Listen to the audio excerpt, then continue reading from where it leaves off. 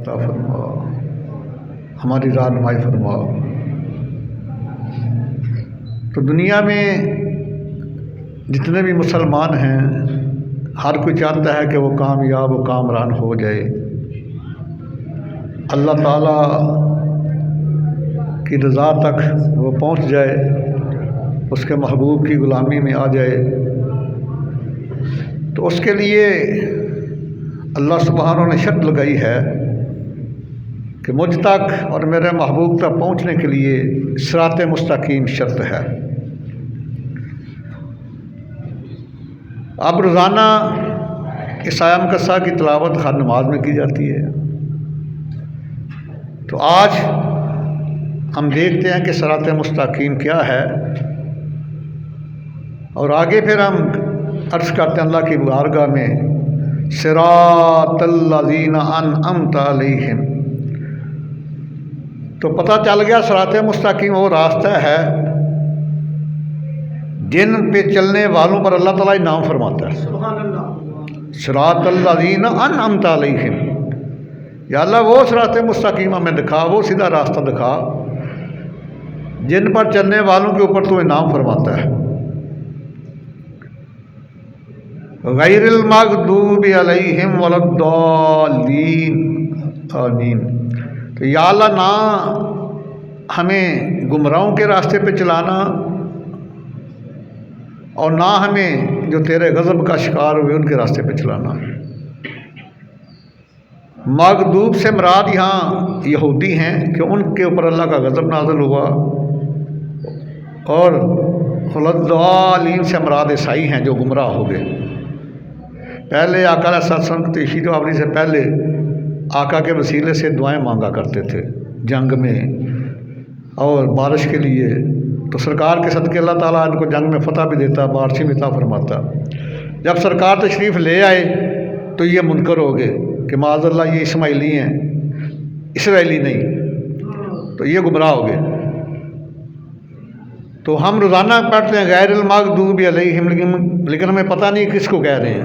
مغضوب علیہم کا معنی ہے کہ یا اللہ میں یہودیوں کے راستے پہ نہ چلانا، الضالین کا معنی ہے یا اللہ ہمیں عیسائیوں کے راستے پہ بھی نہ چلانا۔ مغضوب سے مراد یہودی ہیں اور ضالین سے مراد عیسائی ہیں۔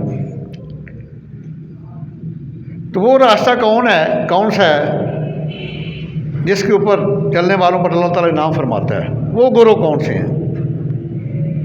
تو اس سوال کا جواب لینے کے لیے اللہ تعالیٰ کے قرآن مجید کی بارگاہ میں حاضر ہوتے ہیں۔ یہ وہ کتاب ہے جو مہد سے لے کر لحد تک، یعنی ماں کی گود سے لے کر قبر کی دیواروں تک ہر سوال کا جواب اس میں موجود ہے۔ بے شک، بے شک۔ یہ وہ کتاب ہے، اللہ تعالیٰ فرماتے ہیں تبیانا لکل شیء، ہم نے ہر چیز کو بیان کیا اس قرآن مقدس میں۔ یہ وہ کتاب ہے کہ ماں کی گود سے لے کر قبر کی دیواروں تک ہمارے ہر سوال کا جواب اس کے پاس موجود ہے۔ سبحان اللہ۔ تو اللہ کے قرآن سے پوچھتے ہیں کہ اللہ کے قرآن اللہ رائب کتاب تو ہمیں بتا کہ وہ کون سے لوگ ہیں، وہ کون سے گروہ ہیں جن کے اوپر اللہ تعالیٰ نے انعام فرمایا ہے۔ تو 5واں پارہ پڑھیں، سورہ النساء کی آیت نمبر 69 ہے، اس میں اس کا جواب ہے۔ وہ 4 گروہ ہیں۔ اللہ تعالیٰ فرماتے ہیں کہ الذین انعم اللہ علیہم من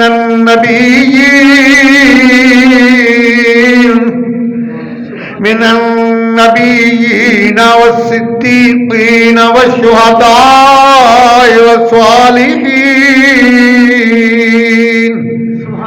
وحسن اولئک رفیقا۔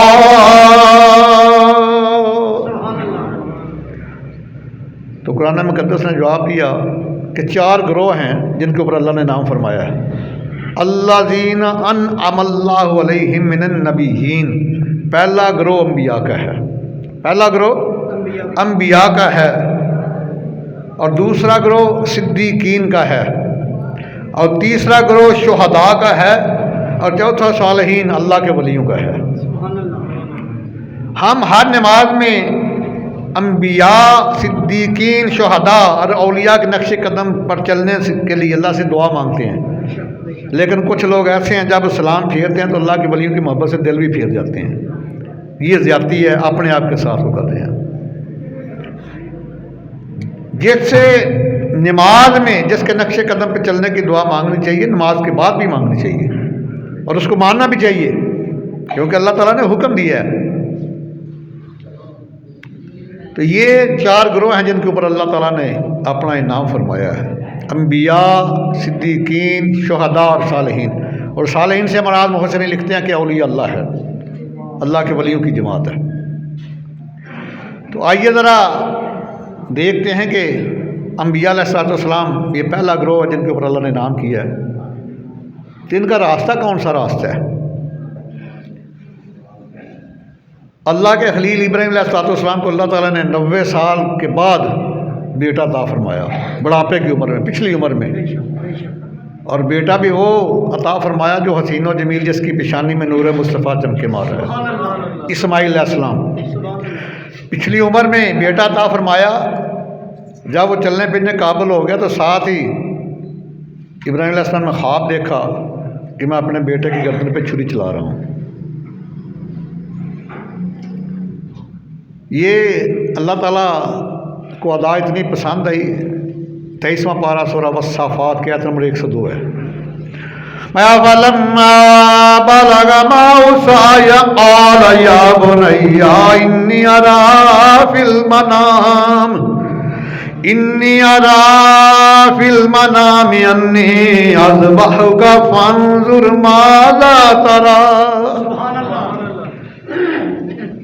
باپ بیٹے سے فرما رہا ہے، بیٹے میں نے خواب دیکھا ہے کہ میں تیرے گردن پہ چھری چلا رہا ہوں، فانظر ماذا ترى، اب یہ بتا تیری مرضی کیا ہے۔ کیونکہ نبی کا خواب وہی الہی ہوتا ہے، ہمیں خواب جو آتے ہیں وہ سچے بھی ہوتے ہیں، جھوٹے بھی ہوتے ہیں، لیکن انبیاء کو جھوٹا خواب نہیں آتا، ان کا ہر خواب وہی الہی ہوتا ہے کہ اللہ تعالیٰ کی طرف سے حکم مل گیا ہے، بیٹے میں تمہیں ذبح کروں، فانظر ماذا ترى، بیٹے تیری رضا کیا ہے، کیا مقام ہے اسماعیل علیہ السلام کا، جن سے باپ اللہ کا خلیل ان کی رضا پوچھ رہا ہے، آپ کی مرضی کیا ہے۔ تو بیٹا بھی وہ ہے جن سے آگے جا کے ہمارے اور آپ کے آقا علیہ السلام نے تشریف لانا ہے۔ جو بیٹے نے جواب دیا وہ ادب کا اعلیٰ کرینہ ہے۔ عرض کیا قال یا ابت افعل ما تؤمر ستجدنی ان شاء اللہ من الصابرین۔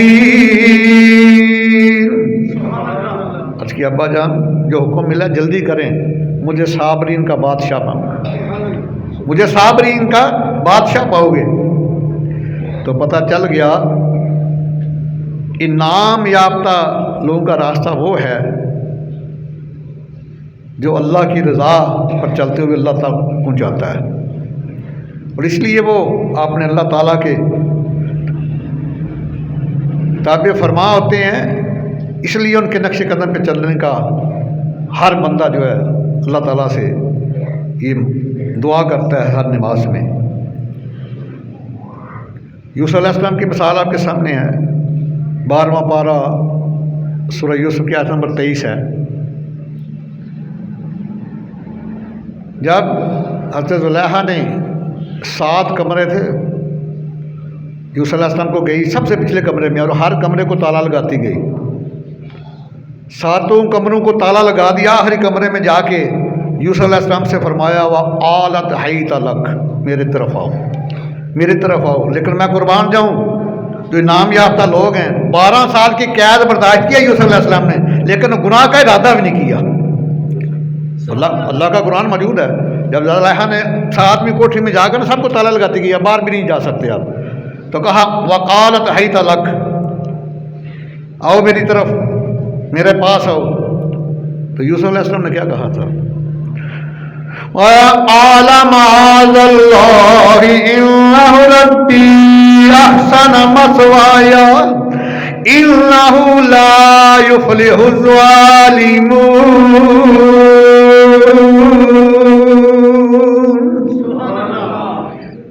یوسف علیہ السلام نے جواب دیا قال معاذ اللہ، اس کام سے میں اللہ کی پناہ مانگتا ہوں، اس کام سے میں اللہ کی پناہ مانگتا ہوں۔ اور اگلا جملہ جو ہے فرمایا انہ ربی، جو تیرا خاوند ہے نا، جو عزیز مصر ہے، وہ میرا پالنے والا ہے، اس کو رب کہا ہے انہ ربی، بے شک بے شک انہ ربی، والدین بھی اولاد کے رب ہیں، رب ارحمہما کما ربا یعنی صغیرہ، پتھروں میں 12 پڑھ کے دیکھی، یہ نسبت مجازی ہے، حقیقت میں وہ رب ہے لیکن یہ اس کی نسبت مجازی ہے، بندہ بعض کو اپنی طرف لے جاتا ہے۔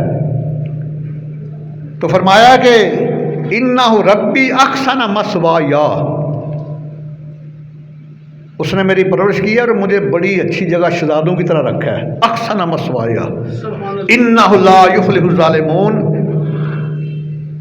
تو جو اپنے احسان کرنے والوں کے ساتھ زیادتی کرتا ہے نا وہ ظالم، اور ظالم کبھی فلاح نہیں پاتا، انہ لا یفلح الظالمون، ظالم کبھی فلاح نہیں پائیں گے۔ اور اللہ تعالیٰ کا وعدہ ہے واللہ لا یہدی القوم الظالمین، اللہ تعالیٰ ظالم کو ہدایت نہیں عطا فرماتا، واللہ لا یہدی القوم الفاسقین، اللہ تعالیٰ گستاخوں کو بھی ہدایت عطا نہیں فرماتا۔ اس کے بعد آئیے ذرا آدم علیہ السلام کی طرف، یہ اختصاص الکبریٰ میں 5 جلد صفحہ 489 کے اوپر حدیث شریف موجود ہے، اور روح البیان کی پہلے جلد صفحہ 113 کے اوپر بھی موجود ہے، شاہ اسماعیل حقی رحمہ اللہ نے نقل کیا ہے، راوی سیدنا فاروق اعظم ہے۔ جب آدم علیہ السلام سے ایک لغزش ہوئی، لغزش، اس کو خطا نہیں کہتے، گناہ نہیں کہتے، کیونکہ بل عباد المکرمون، تمام انبیاء گناہوں سے پاک ہیں، معصوم ہیں۔ اللہ تعالیٰ نے فرمایا کہ اس درخت کے قریب نہیں جانا، چلے گئے، اجتہادی خطا ہوگی، لغزش ہو گئی۔ اب کسی کو منع کریں نا یار یہ کام نہ کرنا، کیا ہو گیا، ہمارے ابا جان سے بھی غلطی ہوئی، استغفر اللہ، یہ کفریہ کلمات ہیں، ایسی بات مت کہو جس سے اللہ کے انبیاء یا اولیاء کی توہین کا پہلو نکلتا ہو۔ تمہیں یہ نہیں پتہ کہ ہماری ساری عمر کی نیکیاں اللہ والوں کی لغزشوں کا مقابلہ نہیں کرتی، ہماری نیکیاں اللہ والوں کی جو اجتہادی خطائیں ہیں نا، یہ لغزشیں ہیں، ان کا مقابلہ نہیں کر سکتی۔ میں 2 مثالیں دیتا ہوں قرآن مقدس سے۔ اگر ہم میں سے کسی کی 2 بیویاں، ان میں لڑائی ہو تو گھر کی بربادی ہو جاتی ہے۔ اللہ کے خلیل ابراہیم علیہ السلام کی 2 بیویوں میں لڑائی ہوتی ہے، مکہ شہر کی آبادی ہو جاتی ہے۔ سبحان اللہ ہم بھائیوں میں جھگڑا ہو تو گھر کی تباہی ہو جاتی ہے۔ یوسف علیہ السلام کے بھائیوں میں جھگڑا ہو تو مصر کی بادشاہی حاصل ہو جاتی ہے۔ سبحان اللہ اس لیے ہماری جو نیکیاں ہیں وہ اللہ والوں کی لغزشوں کا مقابلہ نہیں کر سکتی۔ بے شک بے شک آدم علیہ السلام سے جب اجتہادی خطا ہوئی، اللہ تعالیٰ نے جنت سے نکال دیا، زمین پر آ گئے، اور اہل زمین پہ کوئی اتنا نہیں رویا جتنا آدم علیہ السلام روئے ہیں۔ اگر ساری دنیا کے رونے کو اکٹھا کیا جائے نا تو نوح علیہ السلام کا رونا ان سے بڑھ جاتا ہے، سبحان اللہ اور اگر ساری دنیا نوح علیہ السلام کے رونے کو اکٹھا کیا جائے تو داؤد علیہ السلام کا رونا ان سے بڑھ جاتا ہے۔ اگر ساری دنیا کے رونے کو نوح علیہ السلام کے رونے کو اکٹھا کیا جائے تو آدم علیہ السلام کا رونا ان سے بڑھ جاتا ہے۔ 300 سال روتے رہے اور چہرہ آسمان کی طرف نہیں کیا، سبحان اللہ یا اللہ مجھے حیات دی ہے، میں کیسے چہرہ کروں تیرے طرف۔ اس کے بعد جب اللہ سبحانہ کی طرف سے کچھ کلمات القاء ہوئے، پہلا پارہ سورہ البقرہ کی آیت نمبر 37 ہے، فَتَلَقَّى آدَمُ مِن رَّبِّهِ كَلِمَاتٍ فَتَابَ عَلَيْهِ إِنَّهُ هُوَ التَّوَّابُ الرَّحِيمُ۔ پھر ہم نے کچھ کلمات جو ہیں وہ آدم علیہ السلام کے دل میں القاء کیے، جن کے اوپر توبہ قبول ہوئی، اور وہ بہت زیادہ توبہ قبول کرنے والا، رحم کرنے والا ہے۔ جب یہ آیام قصہ منکرین نے پڑھی تو انہوں نے کہا دیکھو جی سنی کہتے ہیں جی بغیر وسیلے کہ آدم علیہ السلام کی توبہ قبول نہیں، تو دیکھو یہ ادھر وسیلہ کدھر ہے۔ لیکن یاد رکھنا قرآن و حدیث پڑھنے کے لیے تمہارا سینہ توحید سے منور ہونا چاہیے اور دل عشق رسول سے روشن ہونا چاہیے، تب سمجھ آتی ہے، ورنہ سمجھ نہیں آتی۔ میں نے کہا ٹھیک ہے، اس میں تو ہے نا کلمات کچھ ملے، وہ کلمات کیا تھے بتا دو۔ قیامت تک سارے منکرین اکٹھے ہو جائے بتا دو وہ کلمات کیا تھے، قیامت تک نہیں بتا سکو گے۔ آؤ پھر غلام سے سنو،